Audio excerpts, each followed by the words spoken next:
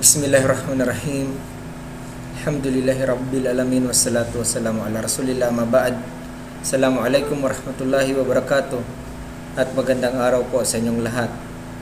Mga mahal kong kapatid sa pananampalatayang Islam, nais kong ibahagi sa inyo ang kwento sa aking buhay nung bago pa ako sa Islam hanggang ngayon. Inshallah, i-short lang natin upang sa ganon ay hindi tayo makapos sa oras.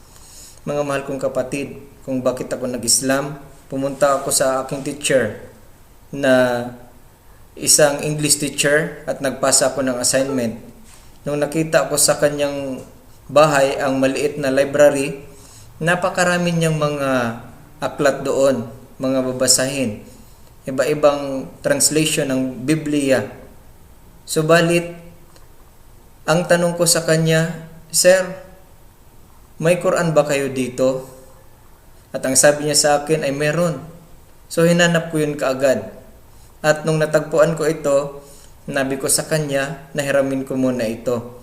At binasa ko po ang Quran mula sa Suratul Fatiha hanggang sa Suratul Nas, hanggang sa katapusan ng chapter na ito. At ito ay naintindihan ko at ako ay pumasok sa Islam. Alhamdulillah. Nung ako ay bago pa sa Islam, medyo nahirapan din ako dahil sa mga pagsubok, sa mga mahal sa buhay, sa mga kaibigan, nilalayuan ka, tinutokso ka. Pero hindi ko nilantana yun. No, hindi na daw ako pumapasok sa klase dahil sa ako ay nagmumuslim na. Ganito ganyan. Napakaraming mga bintang. Sinabi nila sa akin, hindi ka na kumakain ng baboy ngayon, abusayap ka na, no, mangkukulam ka na, nagagayuma ka na, at ano pa man. Pero hindi ako nawala ng pag-asa dahil ang Allah subhanahu wa ta'ala ay nandyan. No, ako ay nagtiwala sa Kanya at ang ginawa ko ay ipinakita ko sa kanila kung ano ang katuruan ng Islam.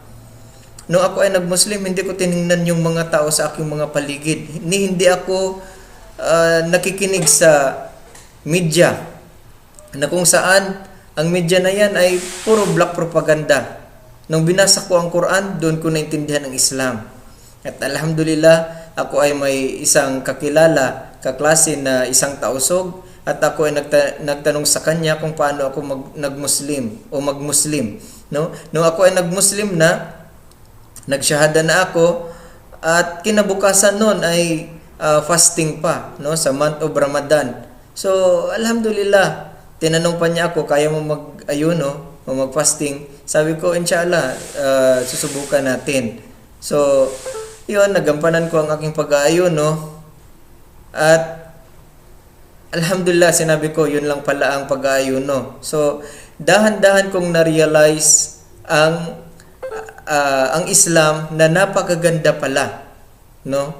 Napakaganda pala nito. Pero para sa mga taong walang alam, ito ay pangit para sa kanila. Kaya tiniis ko ang mga sinasabi nila, ganito ganyan. At nung ako ay nag-apply din ng trabaho, talagang hindi ako tinanggap dahil sa nilagyan ko ng Islam na relihiyon.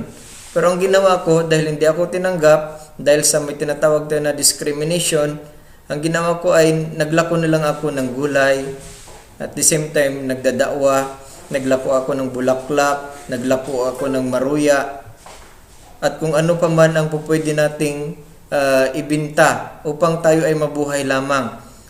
No? So, ako ay lakbay papuntang Luzon, humihingi ng mga pamphlets at bumalik din sa Davao at alhamdulillah nakakuha ko ng mga babasahin at ito ay pinamahagi ko rin.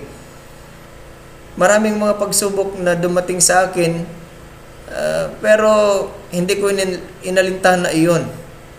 No, dahil ang Allah subhanahu wa ta'ala, bro, kapag ikaw ay may tiwala sa Kanya, no, palakasin mo ang iyong pananampalataya sa pamamagitan ng palagiang pagdarasal, pag-alala sa Allah subhanahu wa ta'ala. No, wala tayong ibang sinasandalan dito maliban sa Allah subhanahu wa ta'ala. Of course, dinidiscriminate ka, ganito ganyan, lahat ng mata nakatingin sa iyo, no, binabantayan ka. Pero alhamdulillah, No, hindi ako nawala ng pag-asa sa Allah subhanahu wa ta'ala. Ni isang sala, magpahanggang ngayon, ay wala akong na-miss.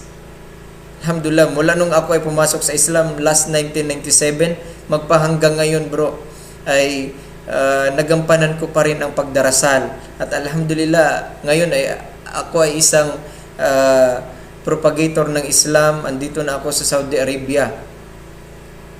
So, yun ang ginagawa ko, mga mahal kong kapatid, na dahil sa may tiwala tayo sa Allah subhanahu wa ta'ala. Kasi sinabi niya sa Quran, A'udhu billahi minasyaitonir rajim, innallaha yuhibbul mutawakkilin. No, katotohanan, sabi ng Allah, na minamahal ng Allah subhanahu wa ta'ala ang mga taong may tiwala sa Kanya. No, kaya mga mahal kong kapatid, put your trust to Allah subhanahu wa ta'ala, dahil ang Allah subhanahu wa ta'ala ang nakakaalam sa ating mga ginagawa.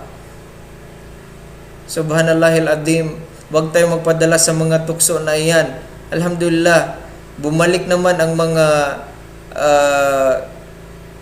mga kaibigan ko, ang mga relatives ko, okay naman. Kasi hindi naman nila nakikita na ako ay umiinom, naninigarilyo.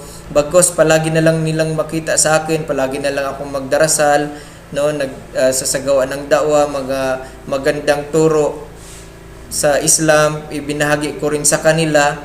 Pagkatapos ang tatay, kapatid ko at nanay ko, alhamdulillah, sila ay nag-Muslim. Hindi ako nawalan ng pag-asa na maiparating sa mga tao ang Islam ni sa mga pamilya ko. May iba na tumanggi at alhamdulillah, hindi natin nahawak ang gabay kung sila ay tumanggi.